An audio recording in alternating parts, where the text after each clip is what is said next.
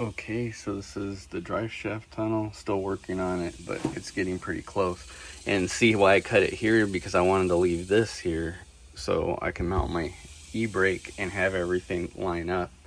And what you do is you put the piece you cut out, you save it, and you place it over the top of this. You put your e-brake mount in. See, I marked the holes right here, and you trace it.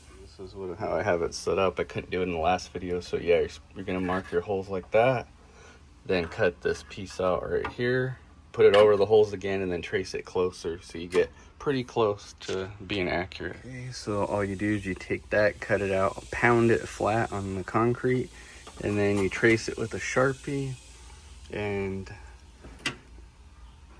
put this on here and try to line it straight with these right here. Try to match them up, and don't worry about this. If try to get as close as you can, but don't worry about if this is crooked, because you can adjust it here. Like if you have to oval out the bolts a little bit, because this is gonna have the center console put back into it, so that's why I'm stating that. Otherwise none of this matters.